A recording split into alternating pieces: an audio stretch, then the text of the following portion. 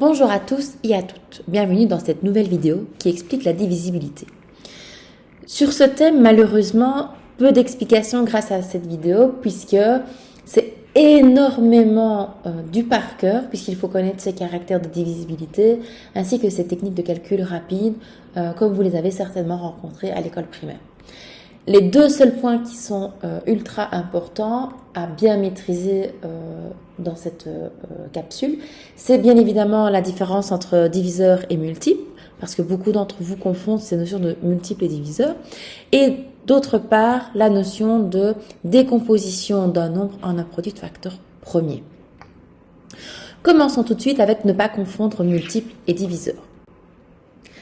Il faut savoir que la notion de multiple, c'est lorsque je prends un nombre et que je vais le multiplier par quelque chose et je vais obtenir un multiple. Prenons un exemple, je dirais donc que 24, c'est un multiple d'un nombre, le nombre 6, parce que lorsque je multiplie ce nombre 6 par 4, j'obtiens 24. A contrario, la notion de diviseur, c'est lorsque je prends un certain nombre, que je le divise par mon diviseur et que j'obtiens quelque chose d'autre. Donc, je dirais que 4 est un diviseur de mon nombre qui est 24. Pourquoi? Parce que quand je prends mon nombre 24 et que je le divise par 4, mon diviseur, j'obtiens un quotient entier, un nombre entier. J'espère être claire dans cette notion de multiple et diviseur. Allons directement vers cette information des nombres premiers. Les nombres premiers, ce sont des nombres qui ne possèdent uniquement, exclusivement que deux diviseurs complètement différents. Nous avons, par exemple, dans cette liste de nombres premiers, le nombre 2, le nombre 3, le nombre 5, le nombre 7, ainsi de suite, ainsi de suite, ainsi de suite. Mais à quoi peuvent-ils bien servir? Dans un premier temps, ce qui nous est utile en première secondaire, c'est à décomposer un nombre en un produit de facteurs premiers.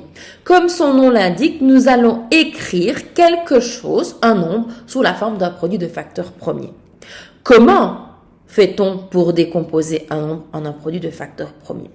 En utilisant la décomposition suivante. Par exemple, je veux décomposer 96 en un produit de facteurs premiers. Je vais donc écrire 96 et je tire une ligne à la verticale juste à côté. Je me pose la question, par quel nombre premier le nombre 96 est-il divisible? Il est divisible par 2. Je le note donc à sa droite et en dessous de 96, je vais écrire le résultat, 48. Je me repose la question de, tiens donc, 48 par quel nombre premier est-il divisible? Il est divisible par 2. J'écris donc le nombre 2 à côté de lui et en dessous de lui, j'écris le nombre 24.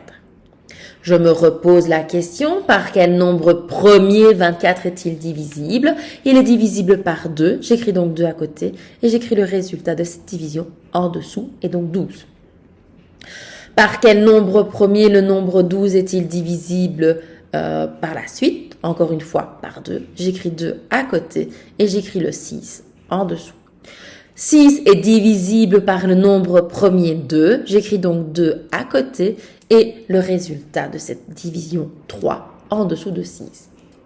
Attention, 3 ici n'est pas divisible par 2 nombre premier, mais par 3 qui lui est premier également. Donc j'écris le nombre premier 3 à côté de 3 et le résultat en dessous du premier 3. 1. Je dois toujours obtenir ce fameux 1 puisque nous sommes dans des divisions et donc je dois obtenir 1. Une fois que j'ai obtenu mon nombre 1, je me pose la question de comment est-ce que je peux réécrire 96 sous la forme d'un produit. Que se passe-t-il? Je remarque que j'ai des diviseurs communs, j'ai plein de 2. Je compte le nombre de 2 qu'il y a dans ma décomposition en facteurs premiers.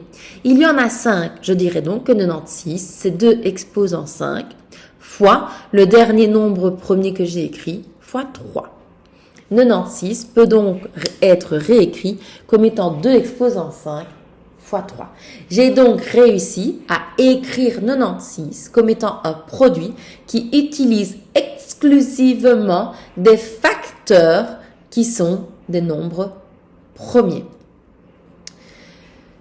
C'est tout pour cette vidéo. J'espère que ça aura été clair pour tout le monde. Je vous souhaite beaucoup de courage et à bientôt.